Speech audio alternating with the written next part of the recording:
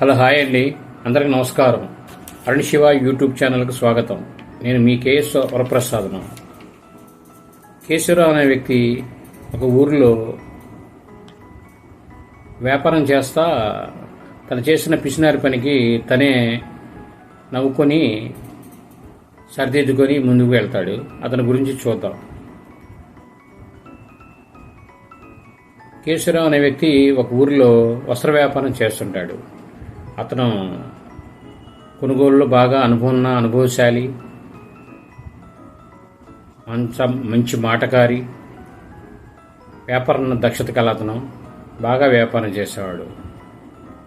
అతని దగ్గర ముగ్గురు వ్యక్తులు ఉద్యోగం చేస్తున్నారు.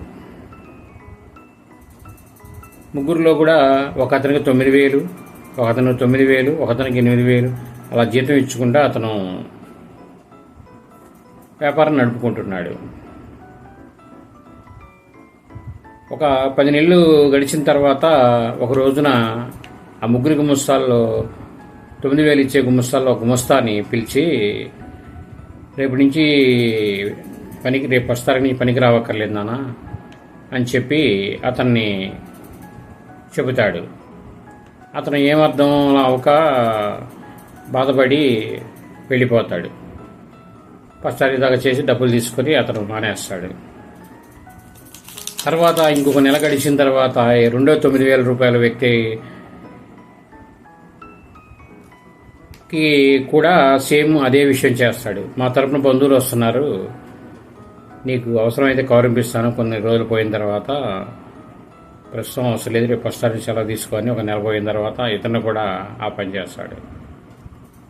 తర్వాత ఒక వ్యక్తి ఉన్నాడు, 8,000 చేసే వ్యక్తి. అతనితో వ్యాపారం సాగించుకుంటా కొనసాగిస్తున్నాడు. ఆ ఊరు కట్టుబాట్ల ప్రకారం సర్పంచులు, అధికారులు కట్టుబాటు ప్రకారం ప్రతి సంవత్సరం గుమస్తాకి 1,000 రూపాయలు జీతం పెంచాలనేది వాళ్ళ నిర్ణయం. ఆ నిర్ణయానికి అతను కట్టుబడకుండా సంవత్సరం గడిస్తే అతను సంవత్సరం అయితే వచ్చి అతనికి జీతం పెంచాలని 10 నెలలకు ఒకళ్ళని 11 నెలలకు ఒకళ్ళని మారిపించేశాడు. ఇలా రోజులు గడుస్తున్నాయి, అతనికి గుమస్తాలు దొరకట్లేదు. అనుకోకుండా జ్వరం వచ్చి ఆ 8,000 రూపాయల గుమస్తాగా కూడా సెలవు పెడతాడు. ఇతను ఏం చేయాలనే పరిస్థితుల్లో ఆలోచిస్తుండగా ఒక వ్యక్తి వచ్చి, నేను పనిచేస్తానండి అని వచ్చాడు. సరే, జీతం సమస్య చెప్పాడు, 9,000 రూపాయలని చెప్పాడు. అతను చేరాడు. చక్కగా వ్యాపారాన్ని తన నైపుణ్యంతో గుమస్తా చక్కగా చూపించడం, అభివృద్ధి చేశాడు. మళ్ళా జ్వరం పడిన వ్యక్తి అతను కూడా వచ్చి జాయిన్ అయ్యాడు. తర్వాత ఒక 10 నెలలు గడిచిన తర్వాత 11వ నెల వచ్చిన తర్వాత ఈ 9,000 రూపాయలు చేస్తానని వచ్చిన గుమస్తా సడన్గా ఒక రోజున ఈ యజమాని దగ్గరికి వచ్చి, ఏమండి నేను రేపు వస్తారని మానేస్తున్నానని అతను తెలియజేస్తాడు. దీనికయ్యా మొన్నే వచ్చా, వ్యాపారం శుభ్రంగా చేస్తున్నా, బాగానే ఉంది కదా, ఎందుకు మానేస్తానంటున్నావు అంటే, నాకు పక్క ఊరిలో వేరే షాప్ అతను 12,000 ఇస్తానంటున్నాడండి, నేను అతని దగ్గరికి వెళ్ళి చేయాలనుకుంటున్నాను అని అంటాడు. ఇతనికి ఏం చేయాలో అంతుచిక్కక ఆలోచించుకుంటూ ఉన్నాడు. ఆ రోజు గడిచిపోయింది. మరుసటి రోజు పని నుంచి షాప్ కట్టేసి వెళ్ళిపోయేటప్పుడు పిలిచి, బాబు నేను నీకు 12,000 ఇస్తాను, పక్కన ఉన్న ఇంకో గుమస్తాకి చెప్పవాక 12,000 అని 12,000కి ఒప్పుకొని అతను పంపిస్తాడు.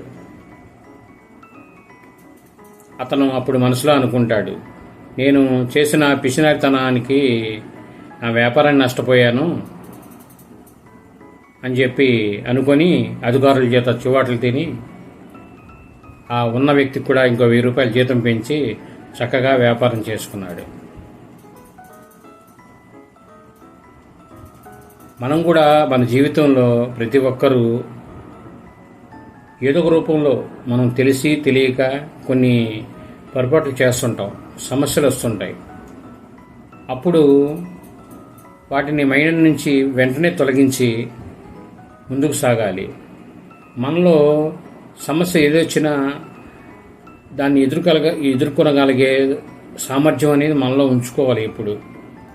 ఎందుకంటే మనం ఒక రైలు ఇంజిన్ డ్రైవర్ లాంటి వాళ్ళం, కుటుంబం అంతా వెనకే ఉంటుంది.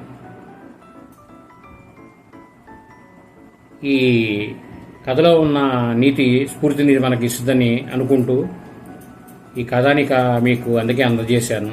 నేను చదివాను, నాకు నచ్చి మీకు అందజేశాను. ఈ వీడియో పూర్తిగా చూసినందుకు మీ అందరికీ ధన్యవాదాలు.